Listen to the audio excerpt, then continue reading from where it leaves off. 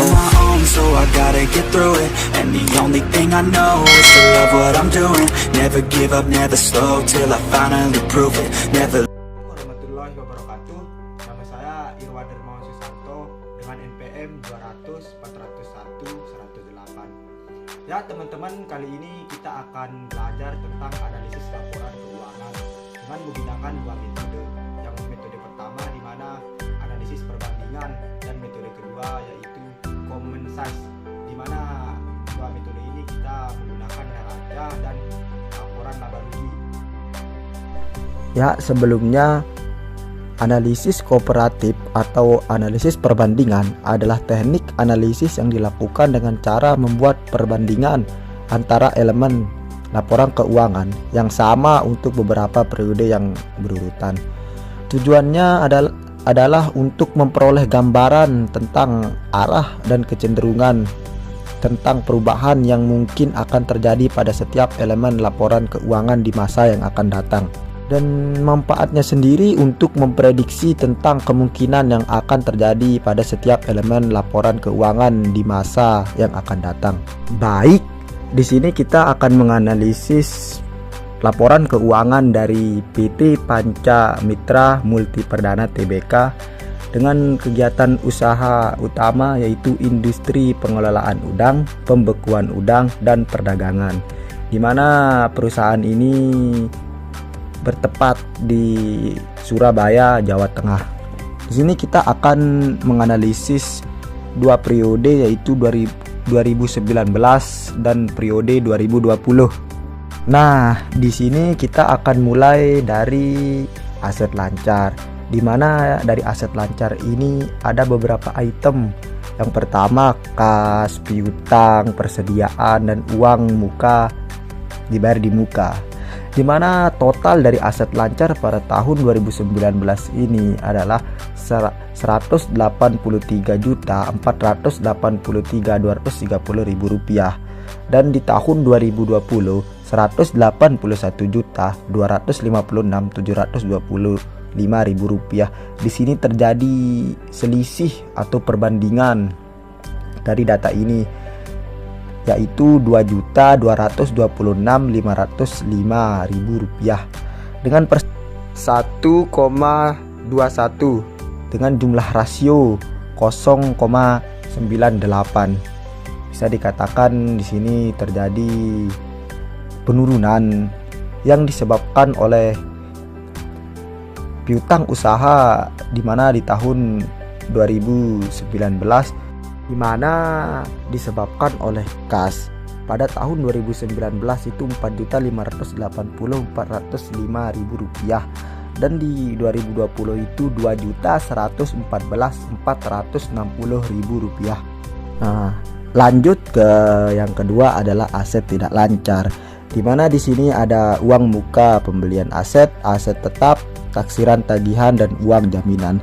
Di mana di sini di tahun 2019 total dari aset tidak lancar ini adalah 42.157.242 rupiah, dan pada tahun 2020 40.491.531 rupiah dengan selisih 1.655.711 rupiah dengan persentasi 2,53% dan rasionya 0,96. Ini diakibatkan oleh adanya aset tetap, di mana pada tahun 2019 41.948.999 dan pada tahun 2020 40.174.746 rupiah. Ya, bisa dikatakan pada aset tidak lancar ini kembali terjadinya penurunan, yaitu sebesar 1.665.711 rupiah. Lanjut ke liabilitas dan ekuitas, di mana di sini ada liabilitas jangka panjang dan liabilitas jangka pendek. Yang pertama di liabilitas jangka pendek itu ada beberapa item, yaitu utang usaha, pinjaman bank jangka panjang, liabilitas yang harus dibayar, utang pajak, biaya konsumen, dan pinjaman bank.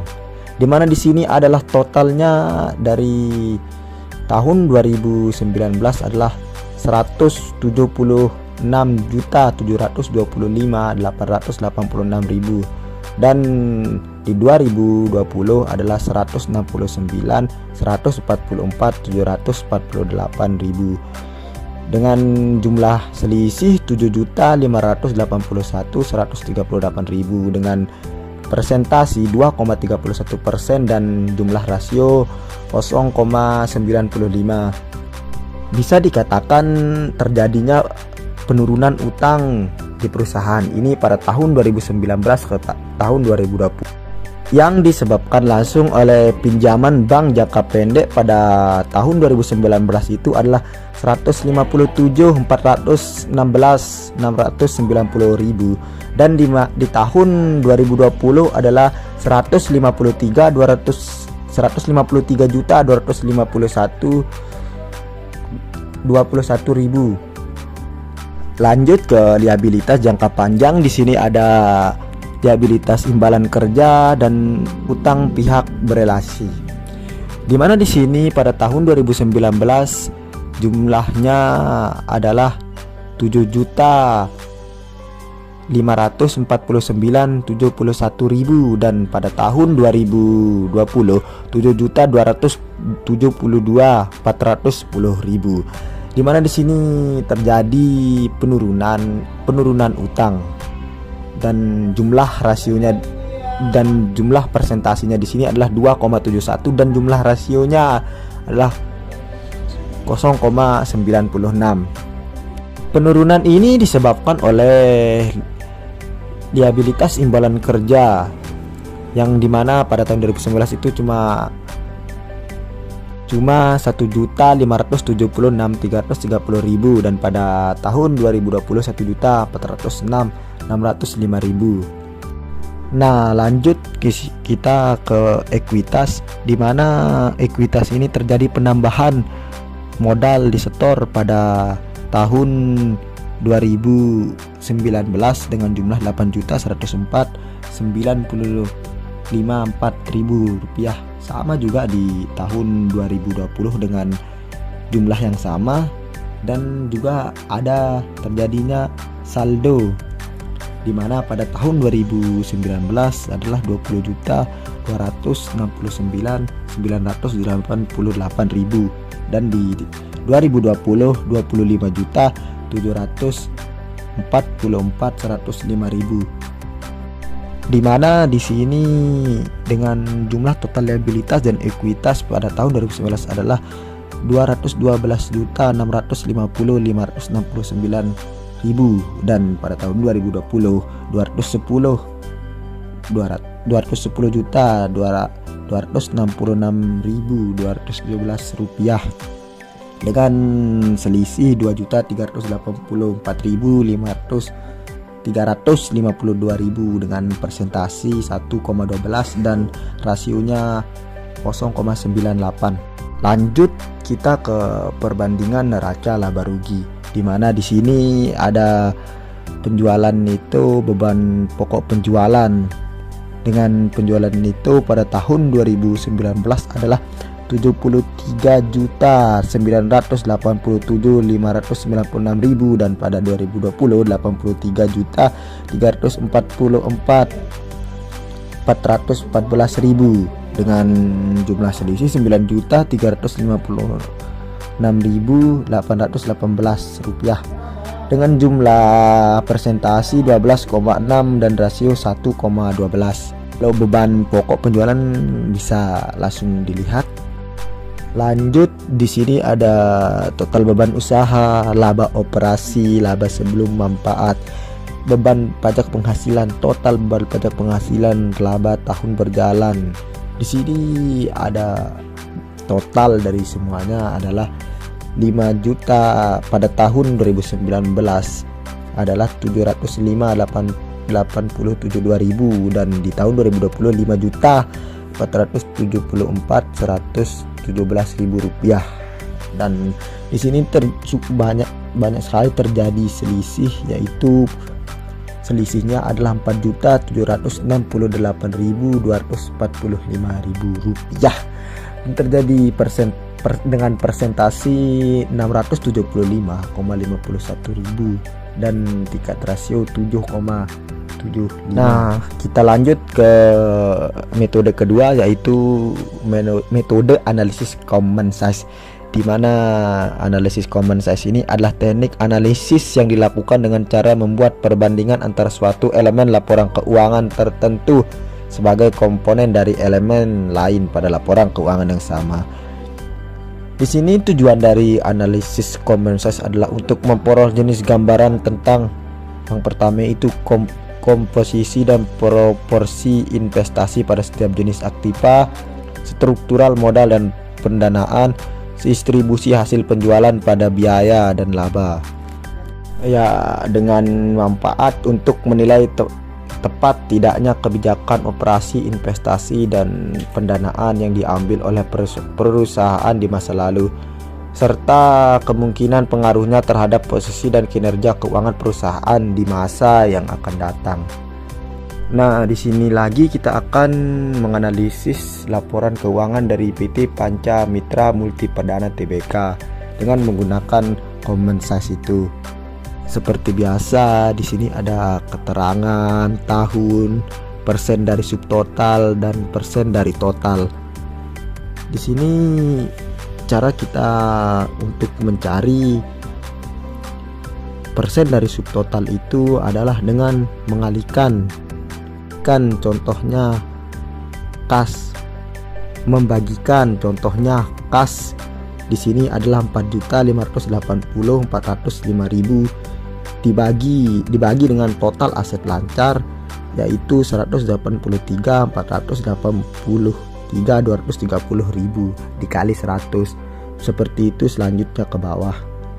Nah, lanjut ke total aset lancar, di mana di sini pada tahun 2019 adalah 183.483.230.000 dan pada tahun 2020 181.256.725.000.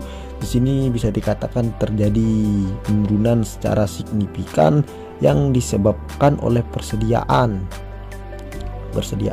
Dan di sini kecenderungannya pada subtotal, yaitu 89%. Lanjut ke aset tidak lancar, di mana di sini di aset tidak lancar ini terjadinya penurunan, di mana pada tahun 2019 adalah 18% dan di tahun 2020 adalah 17%. Lanjut ke liabilitas jangka panjang dan liabilitas jangka pendek, di mana di sini pada liabilitas jangka pendek ada terjadinya penurunan pada tahun 2019 itu 83% dan tahun 2020 80%. Di sini kecenderungannya atau yang dipengaruhi langsung oleh pinjaman bank jangka panjang pada tahun 2019 74% dan 2020 adalah 73%. Dan di sini total liabilitas jangka pendek, dan di sini adalah total liabilitas jangka panjang dengan item liabilitas imbalan kerja, utang pihak berelasi adalah 6% pada tahun 2019 dan pada tahun 2020 adalah 3%. Di mana kecenderungannya terjadi pada di sini ada juga dari total ekuitas perusahaan itu pada tahun 2019 13% dan 2020 16%. Bisa dikatakan di sini perusahaan ini terjadi kenaikan yang cukup signifikan lah, bisa dikatakan seperti. Lanjut ke yang kedua, yaitu laporan laba rugi menggunakan common size. Di sini total laba komprehensifnya terbilang menurun pada periode 2019 dan 2020, di mana pada 2019 547% dan 2020 71%. Jadi kesimpulan dari analisis laporan keuangan menggunakan metode kedua, yaitu metode common size. Yang pertama dengan neraca dan laba rugi, bisa dikatakan dari sisi laporan posisi keuangan pada tahun 2019 komposisi aset lancar sebagian besar berupa persediaan 69% dari aset total aktiva atau 89% dari total aset lancar. Hal ini mengindikasikan adalah kemungkinan kesulitan perusahaan dalam melakukan penjualan barang dagangan. Dari sisi laporan laba rugi, secara absolut maupun relatif mengalami penurunan laba dari tahun 2019 ke tahun 2020 sebesar Rp4.768.245.000.